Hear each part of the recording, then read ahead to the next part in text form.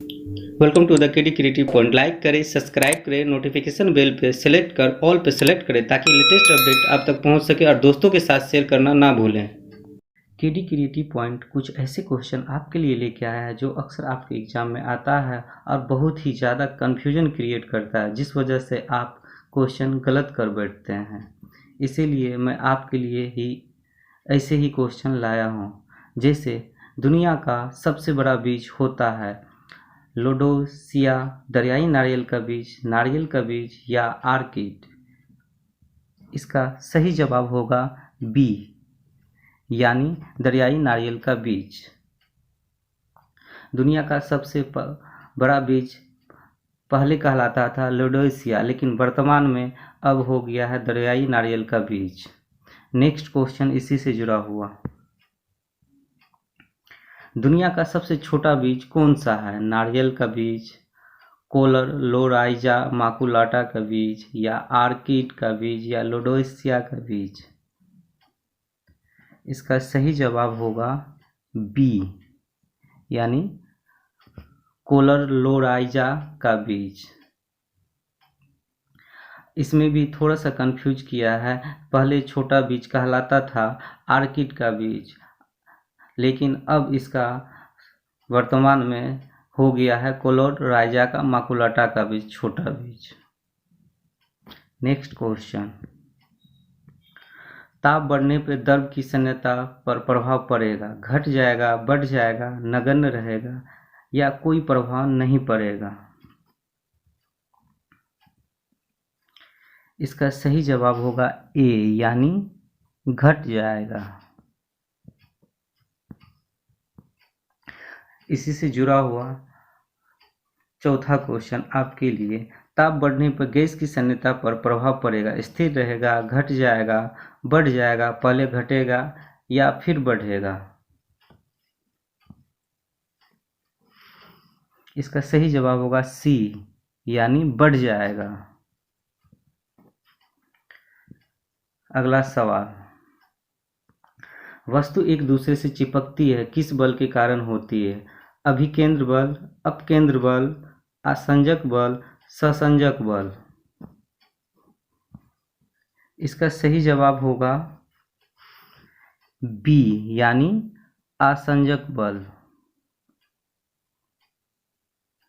Sorry, इसमें 2 बार B लिखा गया है, लेकिन इसका सही जवाब होगा आसंजक बल।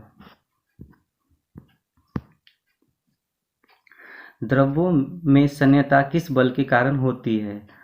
अभिकेंद्र बल के कारण, अपकेंद्र बल के कारण, आसंजक बल के कारण या ससंजक बल के कारण। इसका सही जवाब होगा डी, यानी ससंजक बल के कारण। अगला सवाल। जिस पौधे में बीज में आवरण या कवच नहीं पाया जाता कहलाता है जिम्नोस्पर्म, एंजियोस्पर्म, अनावृत बीजी, आवृत बीजी। इसका सही जवाब होगा सी, अनावृत बीजी। इसी से जुड़ा हुआ अगला सवाल। जिस पौधे के बीज में आवरण यानी कि कवच पाया जाता है वो कहलाता है आवृत बीजी, अनावृत बीजी, जिम्नोस्पर्म, एंजियोस्पर्म।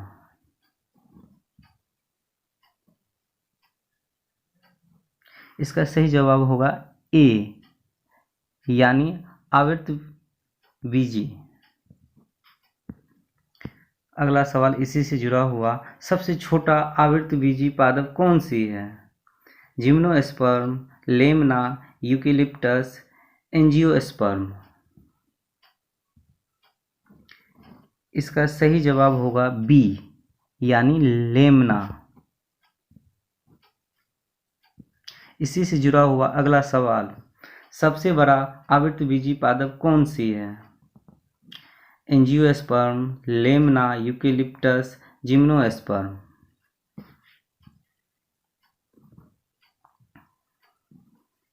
इसका सही जवाब होगा सी, यूकेलिप्टस। अगला सवाल, देख रहे हैं किस प्रकार से क्वेश्चन को में कंफ्यूजन किया जा गया है और इसका जवाब अलग अलग मिल रहा है। इस तरह के क्वेश्चन बनाने में काफ़ी समय लगता है और काफ़ी मेहनत लगता है। अगर आप लोग को इस तरह का वीडियो पसंद है तो लाइक करें और दोस्तों के साथ सब्सक्राइब करें। 11वां सवाल, दिन रात होने का कारण है पृथ्वी की घूर्णन गति, पृथ्वी की परिभ्रमण गति, चंद्रमा की घूर्णन गति, चंद्रमा की परिभ्रमण गति।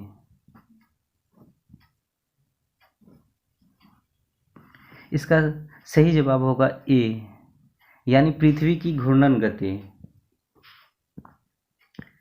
इसी से जुड़ा हुआ अगला सवाल, मौसम परिवर्तन का कारण है चंद्रमा की घूर्णन गति, पृथ्वी की घूर्णन गति, पृथ्वी का परिभ्रमण गति, चंद्रमा का परिभ्रमण गति। इसका सही जवाब होगा सी, पृथ्वी का परिभ्रमण गति।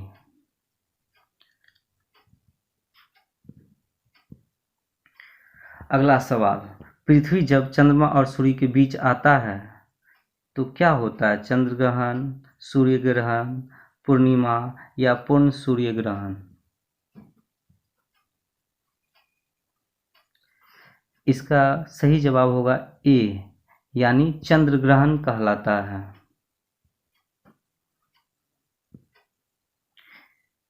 अगला सवाल इसी से जुड़ा हुआ, जब चंद्रमा सूर्य और पृथ्वी के बीच आता है तो क्या कहलाता है? सूर्य ग्रहण, चंद्र ग्रहण, अर्ध सूर्य ग्रहण या पूर्ण सूर्य ग्रहण।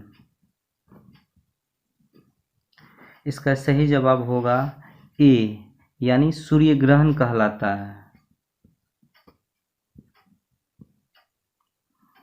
अक्सर इस तरह के एग्ज़ाम में इस तरह के क्वेश्चन आते हैं और बहुत ही ज़्यादा कन्फ्यूजन क्रिएट करता है। इसीलिए मैं आपके लिए इसी तरह का क्वेश्चन लाता हूं जो आप पढ़े और आप लोग कंफ्यूज ना हो एग्ज़ाम में और सही सही जवाब दे के आएँ। 15वां क्वेश्चन आपके लिए, इलेक्ट्रॉन त्यागने की प्रवृत्ति कहलाती है ऑक्सीकरण, रिडॉक्स, अवकरण या अपचयन।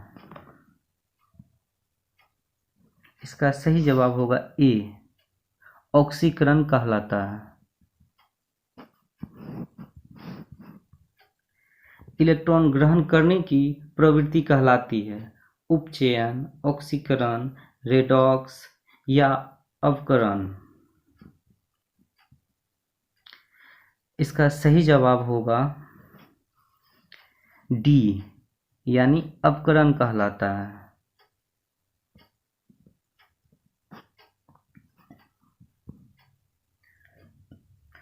अगला सवाल आपके लिए, मानव शरीर की सबसे लंबी कोशिका कौन सी है? न्यूरॉन, शुक्राणु, पेशीय कोशिका या माइकोप्लाज्मा। इसका सही जवाब होगा ए, तंत्रिका कोशिका।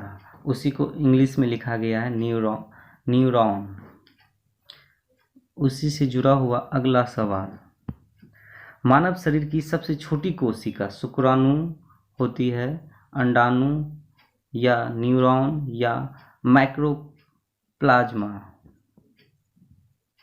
इसका सही जवाब होगा ए, शुक्राणु होती है। अगला सवाल, गाय का वैज्ञानिक नाम क्या है? बुबुलस बुबुलिस, बोस टोरस, केप्टाहिटमस, होमो सेपियंस। इसका सही जवाब होगा बी, बोस टोरस। इसी से जुड़ा हुआ अगला सवाल, भैंस का वैज्ञानिक नाम क्या है? होमो सेपियंस, केप्टाहिटमस, बोस टोरस, बुबुलस बुबुलिस। इसका सही जवाब होगा डी, बुबुलस बुबुलिस। उसमें गाय का पूछा गया था 19वां में, और 20वां में भैंस का पूछा जा रहा है, इसलिए ध्यान में रखते हुए आप लोग एग्जाम में इस तरह से क्वेश्चन आए तो जवाब दिया कीजिए। दूध का रंग सफ़ेद किस कारण होता है? लाइकोपीन के कारण, केरोटीन के कारण, केसिन के कारण या कुरकुमीन के कारण? इसका सही जवाब होगा सी, केसिन के कारण दूध का रंग सफ़ेद होता है। इसी से जुड़ा हुआ 22वां क्वेश्चन, दूध का रंग पीला किस कारण होता है? आइसोसाइनेट के कारण, लाइकोपीन के कारण, केसिन के कारण या केरोटीन के कारण? इसका सही जवाब होगा डी, केरोटीन के कारण दूध का रंग पीला होता है। सबसे लंबा वृक्ष कौन होता है? हाइपर्सन, बुलेफिया, बुलोफिया का बरगद, दरियाई नारियल का पेड़? इसका सही जवाब होगा ए, हाइपर्सन का वृक्ष सबसे लंबा होता है।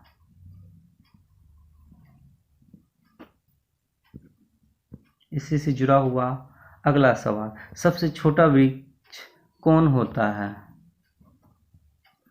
बुलेफिया, बुलोफिया का बरगद, दरियाई नारियल का पेड़ या हाइपर्सन? इसका सही जवाब होगा ए, बुलेफिया। सबसे छोटा गुणसूत्र होता है शैवाल में, ट्राइलियम में या ओफियोग्लोसोम में या इनमें से कोई नहीं? इसका सही जवाब होगा ए, यानी शैवाल में।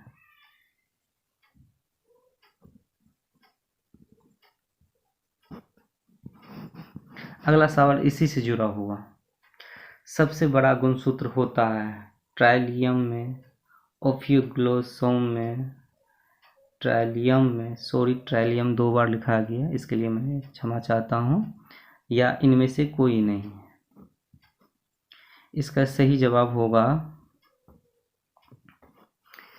ए, ट्राइलियम, या आप सी भी कह सकते हैं। जिस तरह से 2 बार लिखा गया है तो आप इसका जवाब सी भी दे सकते हैं। इसी से जुड़ा हुआ अगला सवाल कुछ अलग है। जल को जड़ से पत्तियों तक पहुंचाता है फ्लोएम तंतु, फाइलम, जाइलम ऊतक या जाइलम? इसका सही जवाब होगा डी, जाइलम के द्वारा जड़ को जड़ से पत्तियों तक पहुंचाता है जल। अगला सवाल इसी से जुड़ा हुआ, खनिज लवणों को जड़ से पत्तियों तक पहुंचाता है फाइलम, फ्लोएम, जाइलम ऊतक, फ्लोएम तंतु?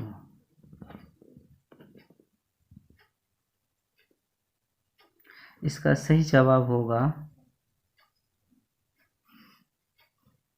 ए, फाइलम के द्वारा खनिज लवणों में जड़ से पत्तियों तक पहुंचाता है। अगला सवाल, मनुष्य के शरीर का सबसे बड़ा बाहरी अंग कहलाता है खाल, सीबीसियस खाल, इंटरस्टिशियम खाल, सीबीसियस ग्रंथि? इसका सही जवाब होगा ए, खाल, जिसे हम लोग अंग्रेजी में स्किन भी कहते हैं। मनुष्य का सबसे बड़ा बाहरी अंग यही खाल हमारा यानी स्किन कहलाता है। इसी से जुड़ा हुआ 30वां क्वेश्चन देख रहे हैं ना, उसमें बाहरी अंग पूछा जा रहा है और 30वां क्वेश्चन में किस प्रकार से कंफ्यूज किया किया जा रहा है कि मनुष्य के शरीर का सबसे भीतरी अंग कहलाता है। फेफड़ा, यकृत, मांसपेशियां या छोटी मांसपेशी।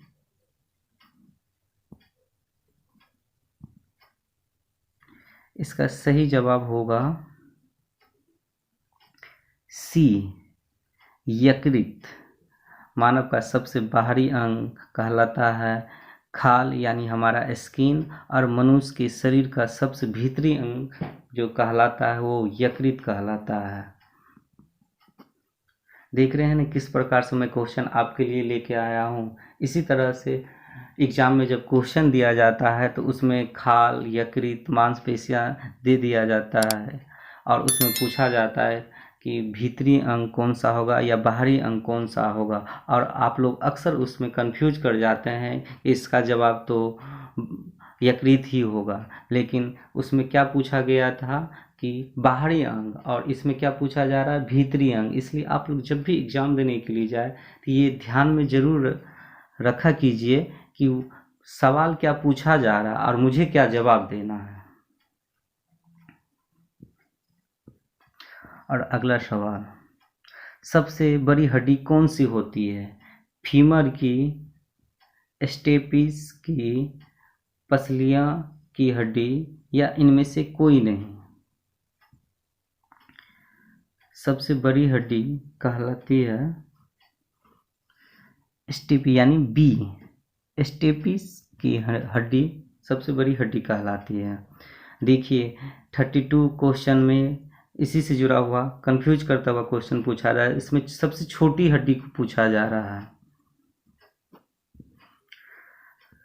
सबसे छोटी हड्डी कौन सी है? स्टेपिस, कलाई की हड्डी, पसलियां की हड्डी या पैर की हड्डी? सबसे छोटी हड्डी आप लोग भी जान रहे हैं कि सबसे छोटी हड्डी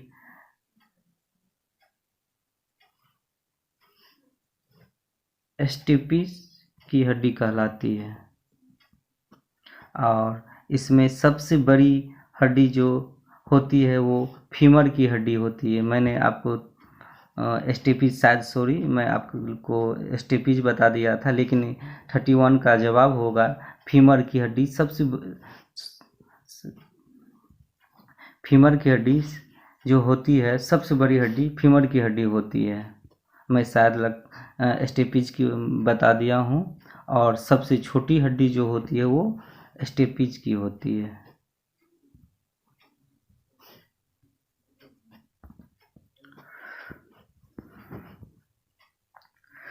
कुछ इम्पोर्टेंट फैक्ट मैं आपके लिए लेके आया हूँ।